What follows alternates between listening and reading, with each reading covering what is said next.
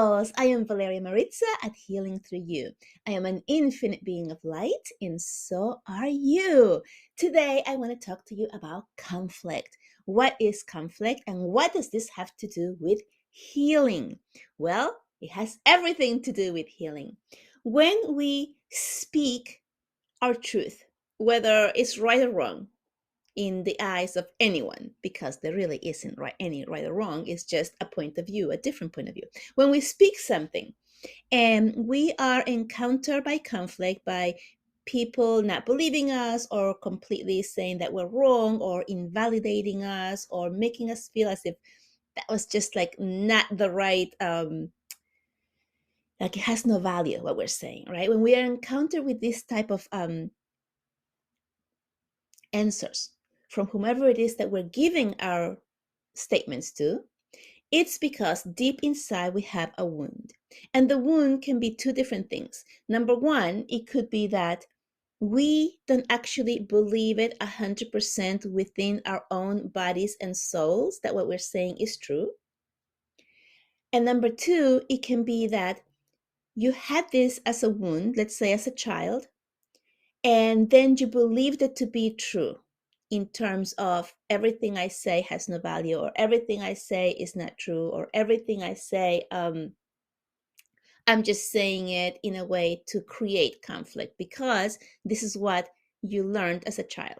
And I'm going to give you some examples to understand this a little bit better because I know it feels a little bit like, what are you talking about, right? Okay, so number one, let's say I say to someone, you can make money with ease and speed, and you don't really need to go the conventional way of having a degree or having a diploma or having some type of training. You can actually create this by following your heart and following your spirit and doing what you love to do.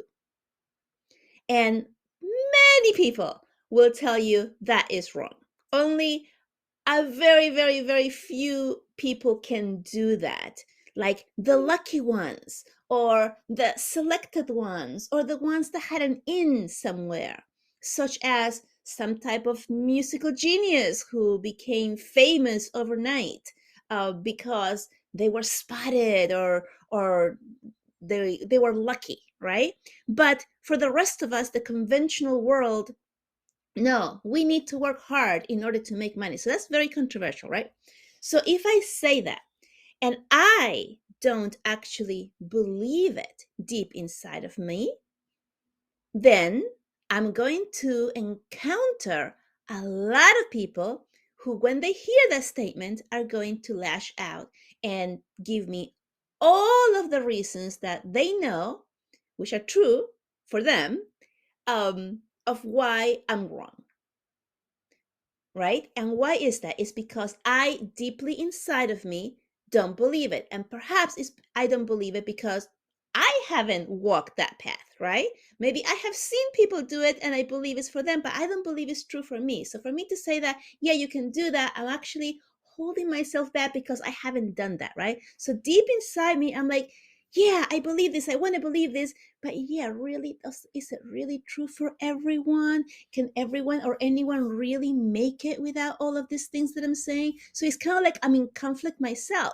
And if I'm in conflict myself, then I cannot speak the truth and come out as a leader or as knowledgeable in the subject that I'm speaking. I cannot convince anyone of anything if I don't believe it first, right? So that's number one.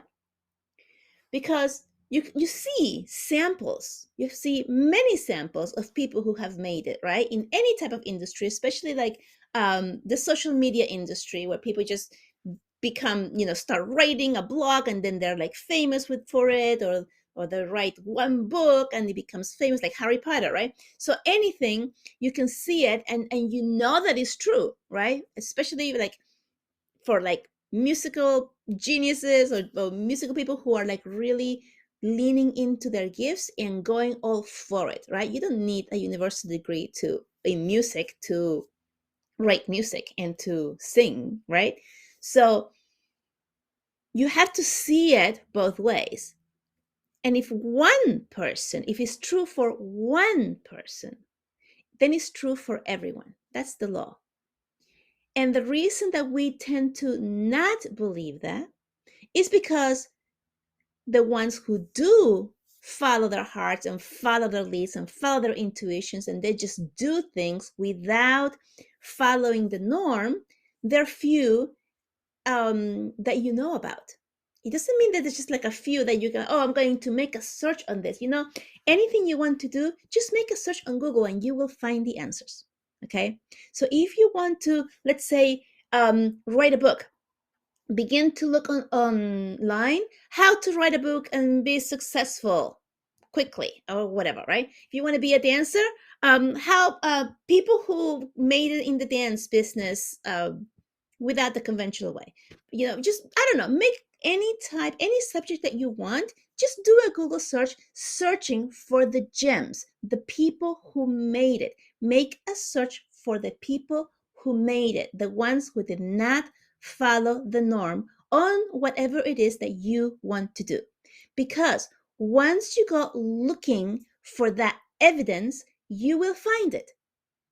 If you go looking for the opposite evidence, or if you just put it out there blank without a specific part of it, you will find both ways. And because we are wired to look for the negative and to look for the worst, that's what our ego does to keep us safe, then you will find and begin to look into all of the parts that give you the fear of, yeah, you cannot really make it without the degree. Does that make sense? So if you go in online and say, how to write a book, or how to publish a book, let's say, how to publish a book, and that's it, then you're going to find all kinds of articles and different things that go both ways, and you will naturally gravitate to the parts and the articles that tell you how difficult it is, how many things you have to do, and how long it takes, and all of these things that will become completely overwhelming for you, to the point that a lot of us become immobile and frozen and do not take action just because of the fear of everything that you've read. On the opposite way, if you are intentionally looking for the success stories and you read those, what happens? You get inspired. You begin to see and dream. You begin to see yourself as the successful person. And the more you look into the successful stories, the more you believe it, because you continue to find more and more evidence of that. You have to be intentional. And then that's when you get that feeling of, okay, maybe I can do it. And then what happens? You take action. You take action without the fear, when you're following your dreams, following your gut feelings, and just doing the things, even though you may not have the paper on the wall, the years of study, or the years of practice, right? And that's how people do it. So that's number one. That's the number one thing about the conflict, right? Is the conflict within yourself. Do you really believe it or not? Now, once you believe it, once you really are integrated in your true belief of whatever it is that you're going for or speaking about, then when you speak it, you will find that the people who are listening to you or receiving whatever it is you're speaking about and saying will not meet you with resistance. They will be more open to it. Even the ones who don't believe in whatever it is that you're thinking about will give you an answer that will be more malleable, more like, that might be possible. And they may move on and not want to talk anymore about it, but they're not going to give you no, that's impossible, and this is the only way. They're not going to give you the harsh answer. Why? Because you would have healed the wound within you, the conflict within you, that you didn't really truly believe in everything at first. You would have healed that part. And when you speak it out, everyone around you has no choice but to believe you. And do you know why that is? Because once you're integrated, your frequency, your energy frequency rises. You are vibrating at a higher vibration, at a higher frequency. It's the frequency of love. I love myself. This is what I want to do, and I'm going to do it, and this is the way I'm going to do it. Who's going to say no to that?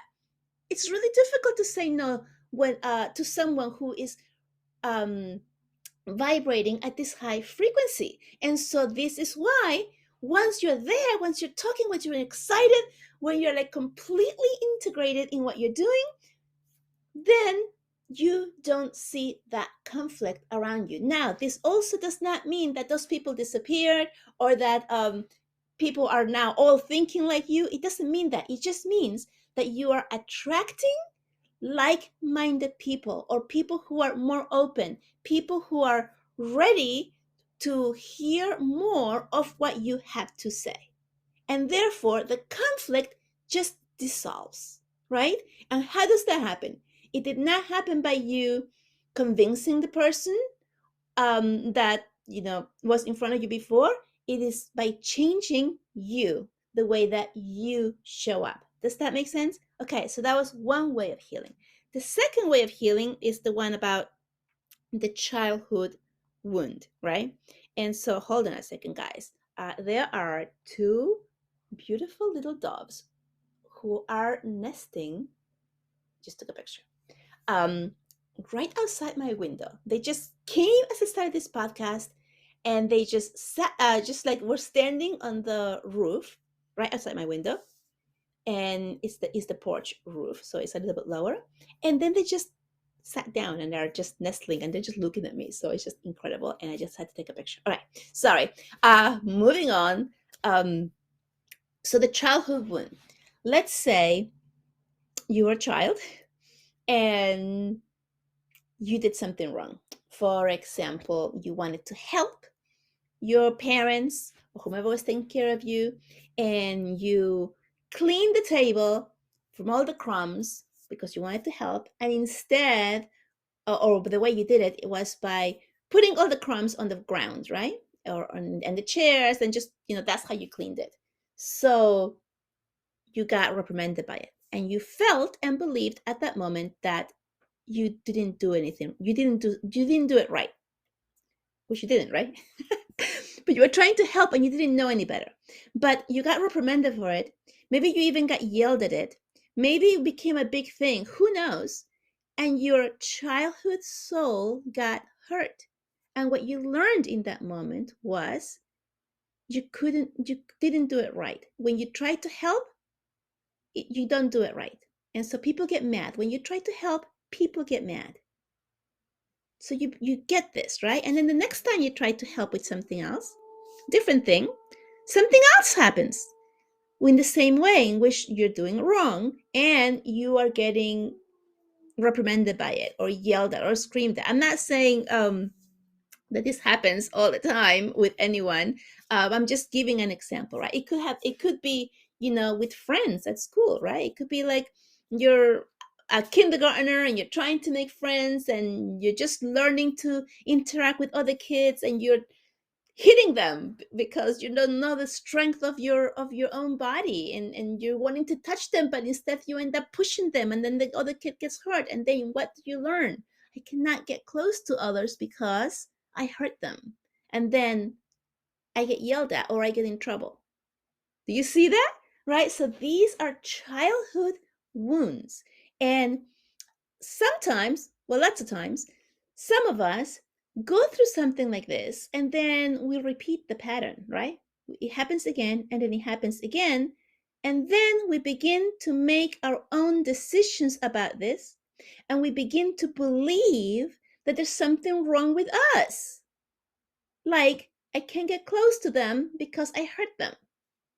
And so, if you believe that deep inside and you carry this into adulthood, then you may be in relationships when, as soon as you get close to someone, or as soon as someone gets close to you, you do something to hurt them, to push them away. Because deep inside, that is what you believe that you are. You believe that that's who you are. And so when people come close to you, they get hurt because you hurt them. And then that becomes a cycle. Oh my goodness. I am really feeling as if that last statement is resonating with like a lot of people. So if this is true for you, and you're feeling and you're um connecting the dots and saying, oh my gosh, this is me, or something similar to it. Like my guys are saying right now that this is going to be something really, really important for a lot of you who listen. So if you're making if you're connecting the dots and you're seeing how an oiled childhood belief of something that you didn't understand because you were a child, so you couldn't cope with things, or you couldn't figure these things out as a child, but you believe them as being true and then repeated them, then you might be carrying that same pattern into your adult life, into your relationships, maybe into your businesses, into your families. This is how it works. And how do we heal that? Well, once you become aware of the pattern, of the point of interaction, of when this first happened, when was that first time that this happened, right? You start going back. I do this in my when I work with my clients one-on-one, and we regress, right? We start going back. When did you feel this the first time? Let's say it's a relationship thing for you, that you keep getting into relationships and then pushing them back, right? Let's say that's the thing. And okay, when did you feel this way? And you may go like, okay, maybe it was this person, this partner I had in college. And like, okay, great.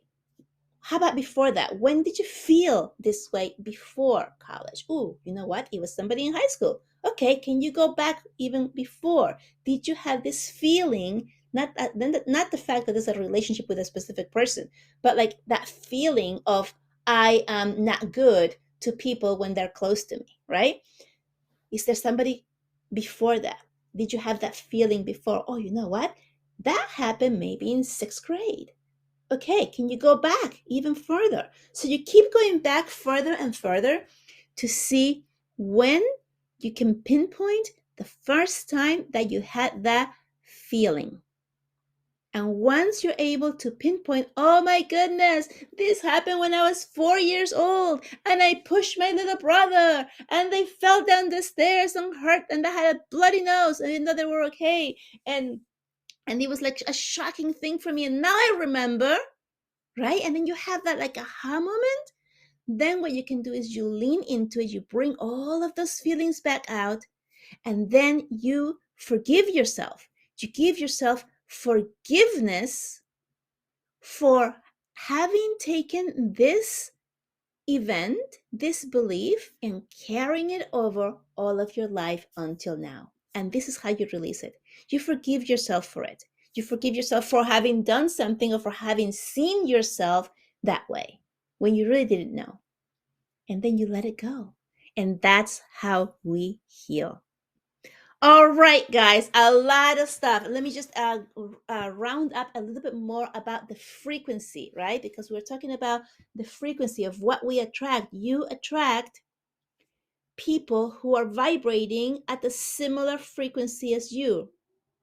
So if you're in an area where everybody's fighting, you're fighting, everybody around you is going to be fighting, or you're going to see things of people fighting, you're going to attract that of family members fighting, you're going to see it on the shows, on the TV shows, you're going to hear in the podcast, on the music that you listen to, it's going to be everywhere. If you are healing yourself and shedding these old beliefs that no longer serve you, and you begin to give yourself more love, you instantly raise your frequency. And what happens is that then you start to see, notice, attract, and interact with people who are at that higher frequency. And so your life instantly begins to run smoother and more lovely and with more joy and happiness.